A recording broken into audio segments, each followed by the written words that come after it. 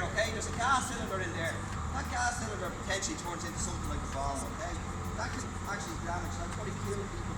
Really, really cause serious injuries, okay, if you put on the bonfire and you're standing anywhere near it.